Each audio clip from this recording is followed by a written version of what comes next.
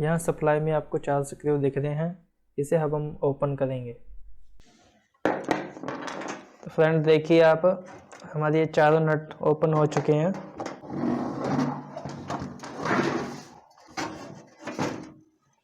ये जो आप देख रहे हैं ये सप्लाई है हमारी, जो कि हमारे कंप्यूटर में मेन पावर सप्लाई प्रोवाइड कराता है। ये जो आवाज़ आ रही है वो इसके जो फैन की आवाज़ आ रही है। इसके फ्रंट में 2 स्क्रू हैं जो कि इस फैन से अटैच हैं।